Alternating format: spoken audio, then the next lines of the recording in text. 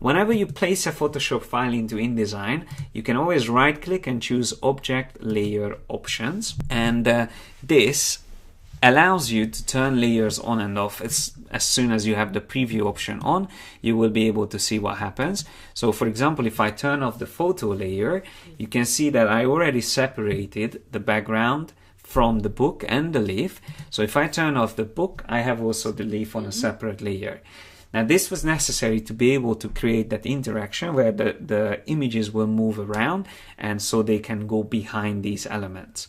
But what we also need, it's not enough to have these 3 layers. What we also need is to have this Photoshop file in InDesign 3 times, because we have to actually be able to put our animated objects behind these elements. So what I'm going to do is to keep the leaf turned on this one. And here in the layers panel, I can already name this leaf because it's the PSD. So it doesn't really tell me much about this. I don't know why it's so difficult to double click on this. I had this with the before as well, this problem. But yeah, so that's the leaf. And then I just duplicate this. So Command C and then Command Alt Shift V to paste in place. That's the edit paste in place. And then this one, I'm just going to turn off the one on the top. This one, I'm going to do exactly the same thing. Right click, Object Layer Options, and then this one is for the book. Now you will see that within the book, it also has the leaf visible, but that's not the problem, because as soon as we have 2 objects, one having the leaf, other one having everything else, the book and the leaf, then if I animate something in between these 2, it will feel like that element is moving behind behind the leaf, but in front of the book. So I'm going to show this quickly as an example. So once I turn this on, and I will rename this one as well as book. It is quite I don't know, it's not responsive enough, the renaming option. But yeah, so if I have these 2 options turned on, you don't really see anything changing, but I can select the leaf, and if I start moving that around, obviously we can see there's 2 of it. But the easiest way to explain this is if I create a box, it can be anything. Pressing D is a quick way of getting a black frame and empty frame, but then when you press Shift X, you can quickly swap the colors as well around, the stroke and the fill colors around. And then if I move this around right now, you can see in my layers panel that it is sitting on top of the other 2 PSDs. But if I put it in between the 2, that's when we get this effect. So it is like a fake depth created within the document. The thing that I wanted to animate here is actually something that we can actually use this rectangle for, is first that text, the message that we want the user to get. So if I show once again the example, it says click on photos of doors. So we tell the user what to interact with. That's the first thing, and this little thing will be animated already. So I'm going to use the type tool and click in this text frame, and I will make sure that our type is actually visible. So I'm going to set it to white text, and I'll just say click on photos of doors. Then selected Command Shift C to put it in the middle. Then Command or Control B to get the text frame options, and align it also in the center vertically. Now this helps to keep it completely in the center, so no matter where I move this, the text will always be in the middle. Then we can just give it a little bit more exciting font, I don't know, like this one, and then increase it a bit, something like that. Command Shift dragging it can increase both the text frame and the text inside it, so that can be useful. And then I am going to now create the animation. So we make sure that this goes in the right place. So it is something that needs to go behind the book, right? So it will come out from behind the book. And I want it to end up being slightly rotated, so I'm just going to add that rotation up here. Okay, once again, not the nicest selection there, but it's fine. So what we want is to have this end up being here. So whenever you are doing animation, it's easier usually to choose where you want elements to end up. and then define where they will come from. And the way you define where they are coming from is by using the pen tool. And with the pen tool, you can draw a path on which they will move. That's called the motion path. So what I'm going to do is to bring this motion path up just so we can see it. Doesn't matter in what order you have them, but when you select a path and an object, in this case the box, which I'm just going to make sure is the only thing that we can select. So I will lock all the other elements. So I select these two things. Then if I go to animation, I will be able to choose this icon here, which is convert to motion path. So clicking on that icon will turn this into what we need. But it's important that we need to also go into the animation properties, where we can choose how we want the animation to work. And because we defined the endpoint of this box, we need to change the animate option to current location. So not from current appearance, but to current location. And immediately then the motion path ends up being in the right place. And also there is a little arrow showing where it ends up in. So a circle is the start point and the arrow is the end point. It's quite difficult to see that, but it's there. And another interesting thing is that the motion path also shows whether you are using ease in or ease out, which you can set under the speed. And I always like to use it because this element will start behind the book. We will only need ease out. Now, when I choose that, it's again just something very subtle, but it's very useful to see that these little dots here on the motion path are getting more busy at the end, which means that it's it's slowing down. Okay. So it's coming fast where the dots are further away, where it's more spaced out, and then where the dots are getting closer, that means it's slowing down. So that's an ease out effect, visually represented. Now, if I go and zoom back, I am going to show you the the ePub interactivity panel, in which we can preview already this. So if I play, it will give us a preview, and you can see it already coming up. And each time I click on display, it shows how it's going to look like. Now, I like this, but it's a little bit too fast. So I'm just going to go back to the animation, and while it's selected, I will increase the duration to 2 seconds. And I also want to add an additional rotation on it, so it not only follows the path, but it also rotates at the same time. So I will set it to 20% for now, so just we can see how that looks. So it should be slower and also has that additional rotation.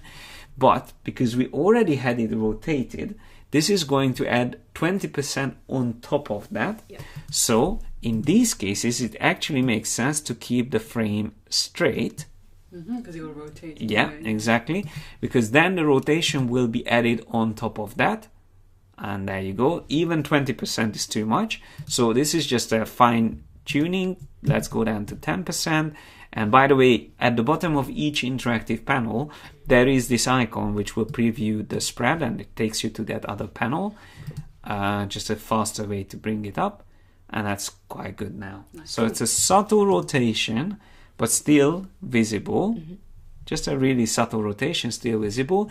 Maybe what we can do is to select with the direct selection tool the endpoint of this frame and just bring it closer up here, and maybe also adjust this path, because these are all editable later on. So if we now test it, it will move even slower, and the rotation is more visible because it has less distance to cover. So obviously the beginning of the animation we didn't see before because it was behind the book. Sure. So now it's much better. Maybe one thing we can do is to drag it slightly down. I think it will be fitting into the frame a bit better. Although it might, we don't see the word doors. So I'm just going to reduce the rotation to maybe 7. Let's see now. Yeah, I think that's fine. All right, so that's the first element. And this is something, and by the way, this is also very important. under the animation tab, you will always see what's the event that triggers the animation. And this by default is coming on whenever the page loads, which is good. So that's what we wanted, because this is an instruction. It shouldn't be coming up and asking for any user interaction. This is the one that actually is prompting people to do something. So this is fine the way it is. So I am just going to quickly save the document, always worth saving your work. So it's an ePub demo. And then continuing, I'm just going to add another new image. So from the folder, I have 3 other images. I will start with, actually I will bring all 3 of them in, just makes it easier.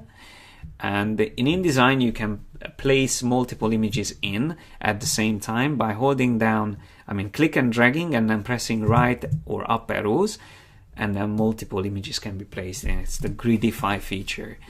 And once we have the images placed in, I want to make sure that the frames are completely aligned. So I'm just going to double click on the frames so they are aligned to the images.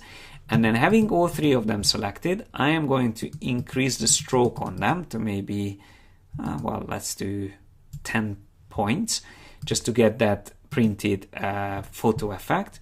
And then we will also have a bit of drop shadow. If I alt click or option click on the drop shadow icon, I can change the settings quickly.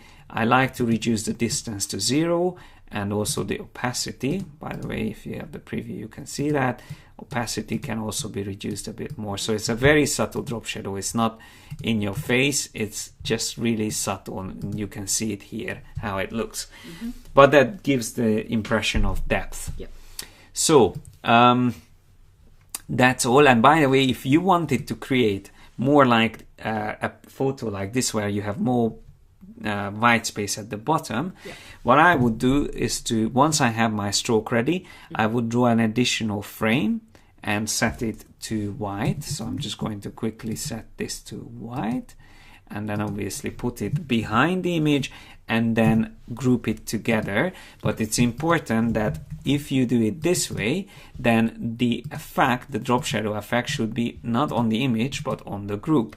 So we will need to use that on there, unfortunately, because I haven't saved it as an object style. I would have to redo it. So I just remove the distance, set the opacity to 50, and the size was the same.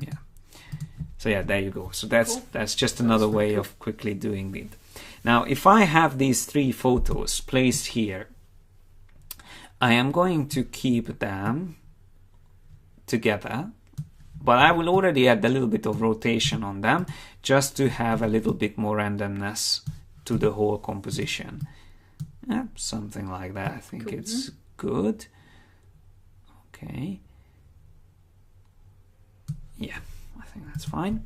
One thing, by the way, always avoid tangents in your composition. So for example, if I put these 2 cards like this, they exactly align at their corner point, and it looks less like that. There's less depth sense, while if you move it a little bit away from everything, it feels already a bit more, first of all, more scattered out, and also feels a bit more balanced. So that's just as a compositional technique to keep in mind. Okay, so by the way, if you want to change the order of these, you can always do that by command square brackets. You can move them easily back and forth. So if the order you don't like, you can always change. But we have them ready. And what we will do now is to turn them into buttons. And that's important. Before you do the animation, turn them into buttons, because anything you want to actually trigger animation or trigger something within the document needs to be a button. So buttons can be created from the buttons and forms panel, and you can either use type button, or you can click on this icon here, convert to button. So this is the first one. I'm not going to give them any specific name. I'm just going to quickly click on the button option. And by the way, this is something worth doing before you are rotating your object, because you see when you are creating it afterwards, it's actually creates a bounding box that's not following the rotation, which can be annoying sometimes, but to be honest, doesn't make much difference. So now that we have them set up as buttons, we need to have their animations. assigned to them. And what you are doing is to select the element and then choose the animation. Now, similarly to before, I will also create motion paths for these. So for this one here, I'm going to create the motion path, and probably starting from its center point, I want this to move somewhere at the bottom, like that.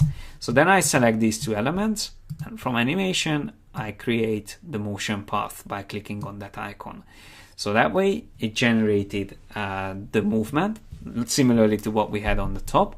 And we can test this out, but most importantly, this I want also to have an easing, but in this case ease in and out, so both in the beginning and in the end it starts slow, or starts and ends slowly moving.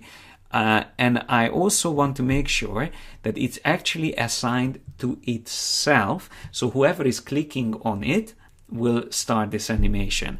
And the way you do that is by going into the buttons and forms option, choosing the action, animation, and you want to say that the animation that is assigned to button 1 is the one that is going to start it. So whoever is clicking on this image will start that animation on that image, and you want to start it and play it.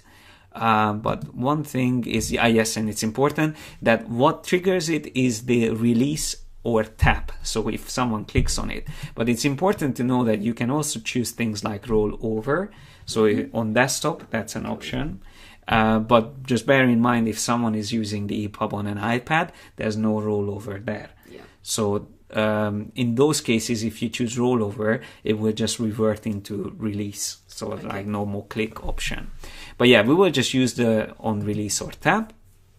And then if I now go back to the animation panel, notice, and this is the one thing that almost everyone gets confused about, that you would think that now the animation will start only on click, but by default, because it was set to on page load, and that's the default trigger, that needs to be removed. So if I remove on page load, now it will just say on release. Cool. So now it's not going to start by default, only when the user actually clicks on it. And I will also increase the duration here to 2 points. And I'm just going to rename this and say, I don't know, brown door.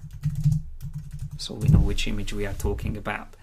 So there's the brown door, there's ease in and out, and all good to go. So now we can test this out. If I play the EPUB, you see the animation didn't start on the image, but as soon as I click on it, it starts the animation. And now all we have to do is to add a bit of rotation on this, otherwise it just looks too stiff. Yeah. So even when you have a curved motion path, it looks stiff, especially for a randomly thrown down photos. So that rotation would be important. Now if I go into positive rotation, we can see how that looks. So 10 degrees rotation, it's going to rotate the image clockwise, which is good because it was rotated left, so now it turns the other way. But to end up on an also still rotated element, we just need to increase the rotation a bit more, probably 20. Do you think? Or what do you think? Let's see. 10 was almost like evening it out. Yeah, 20 is quite nice. Yeah, it falls more naturally. Yeah, so we can decide how far we want to move it, whether we want it to go outside of the screen or not, but I think that's a quite good position for it. And then let's just quickly repeat the same step for this image here. Nothing special, I'm just going to move it again on a motion path like that. Select the 2, I'm going to go extra fast now. So motion path there, I'm going to set duration 2, speed ease in and out, rotation in this case the other way, so minus 15 let's say, and then I want this to also be triggered by the button itself. So play button 2, which I want on release, and then I go back to animation and remove the on page load action, and I also rename this. Is this a, what is it, a blue door, right? Yeah. Let's call it blue door. Okay, so there you go. I think we have everything in place. So you see, once you know what you're doing, it's actually really fast and easy, and then it's all about just testing things out. Now, I like the way it moves, it's perfect, but I wanted this to actually go underneath the leaf. And that was the whole point of preparing things and separating our original photo into layers. So all we need to do is here at the bottom in the layers panel, which we can hardly see now. Let me just quickly hide one of these panels. Actually both of them. So the image that we created called blue door needs to go underneath the leaf. And then if we play the animation, it will look like it's actually behind it. So if I play this goes away, and then if I play that one, no, this one. It was that one, yeah. That one. Okay, the problem is, and this is actually good that we are going through this, is that the leaf layer is still covering up the whole page, although it's not showing more than just the leaf itself. Okay. So I just have to make sure that it doesn't have all that unnecessary space on it, because then it won't allow users to be able to click on that area. So this needs to be like that. So now if we are testing it out, it should work. So playing, and then click and click, and you can see it moves nicely behind the leaf. Okay, by the way, here when I clicked on the first image, and I wanted to click on this one in the background, and the first image started, that was because this big bounding box around the image.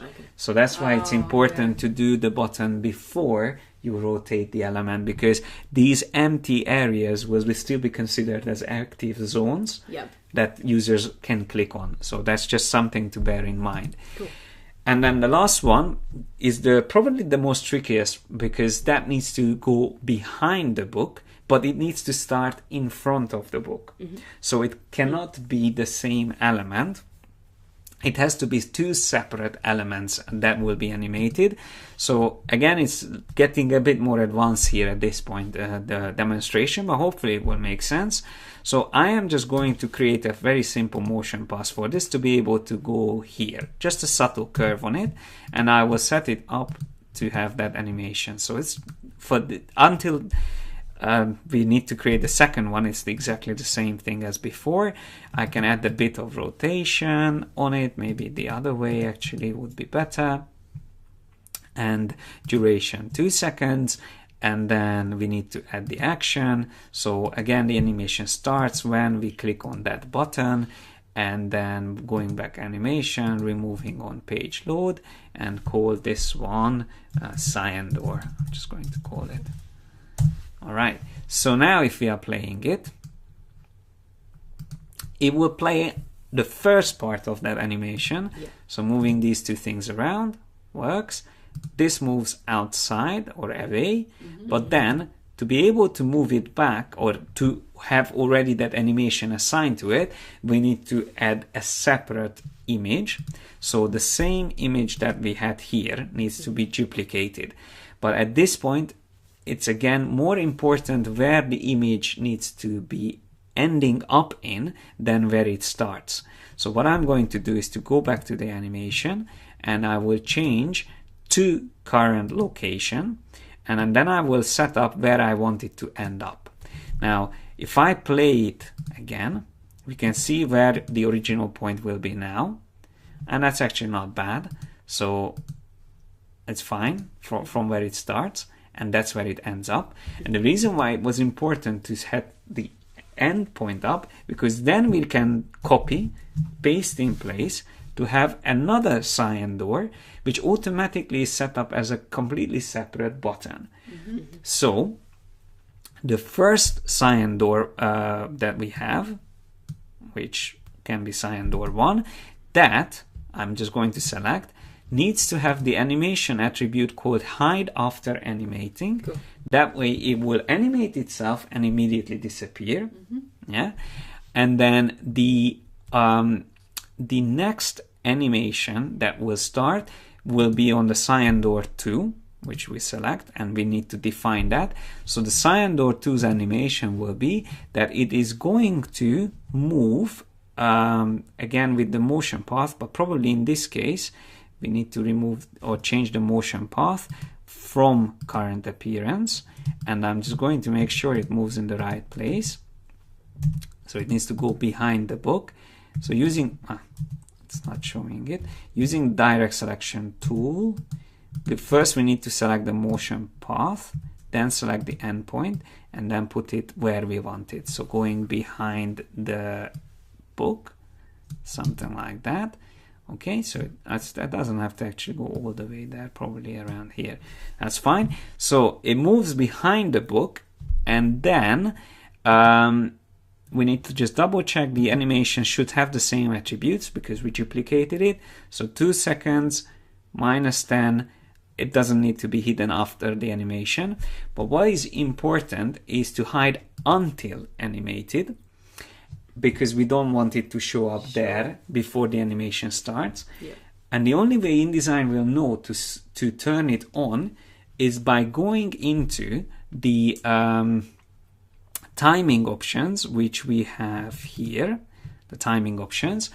And what we need to make sure is that the animation of this object is triggered by the same element. So I am just going to remove this animation from here. And this is where it's a little bit gets tricky, as I said. So we have to go back to the original cyan door, which starts the whole thing. And that needs to have this animation assigned to it as well. So the cyan door 2. So it's like a sequence. Yep. So that button, the original button, will start the first animation that moves it out, and also then the second animation that moves it back. Mm-hmm. The main reason why we have to deal with 2 objects is because the cyan door 2 will need to be behind the book. So that was the main reason why we had to split it up. Because otherwise moving it around in the same depth is fine, but moving between layers can only be done with 2 separate objects, because that cannot be animated otherwise. So now that I have it behind it, I just have to go back to timing and notice that when I have the original button, the cyan door selected, it actually has the 2 animations listed, and we can even decide whether we want to play them one after another or have a delay between the 2. So if I increase this up a bit, we will have, let's say, 1 second when the animation will stop, and then after 1 second it will continue. Yeah. But I'm just going to keep it 0, so it moves out and moves back straight away, because we have an ease in, ease out on both animations. Cool. It will look nice and smooth. So it slows down and then it speeds up again. So just double checking that on the cyan door 2, again, just to make sure we can see it, cyan door 2 is there. Just have to double check that the animation is still hide until animated, which is perfect. So now if I've done everything correctly, then this should work. So when we test it out, our instruction comes up, that's fine. Our images can move out and nicely moves back. Yeah, so let's play this again from the beginning. Move away these, and then comes the critical one, which moves out and then moves back. Now the only thing there that was a little bit too fast was the rotation. I think maybe because, yes, I can see why that happened, because we don't have the 2 elements aligned to each other. I think we had -10 rotation. Let's just try this out. So I have cyan door 2 -10. I think it was that much. Let's test it out.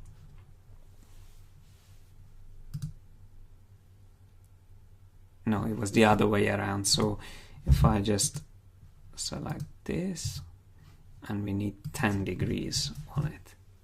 Yeah, so the end point of this image is rotated 10 degrees, but we don't see that only in the animation. That's why it's hard to adjust and align. Okay. But this way it should have a nice flow now. When I click on it, there you go. Yeah. Beautiful and smooth. So yeah, you can see that there's a lot you can do with simple animations. And although it looks complicated, was it really difficult to follow? No, I actually think that I love the fact that it combines the use of a tool we're already really familiar with, the pen tool, because it makes it easy to adjust and look at the flow of like where you're going to animate things. So I think it's a lot of features we're kind of used to, but combined in a new way. Yeah, It's really cool.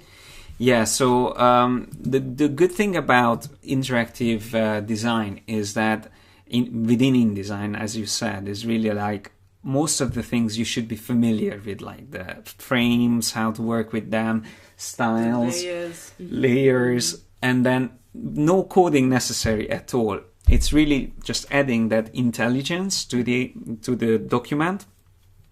And as long as you understand how to work with buttons and the timing and the animation panel, these are really the key elements, then you will be able to work and create amazing interactive documents. So just to give again a little glimpse into the other things that I created with this, you can create multi-state objects and then have a more complex navigation within ePubs.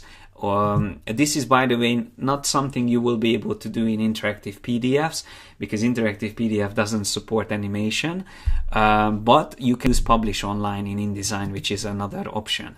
But you can see there's so much unique things you can do and have interactions, even scrollable frames you can have in InDesign that I can scroll up and down. Then you can have more complex appear animations, and then more buttons that can appear and show and hide certain elements.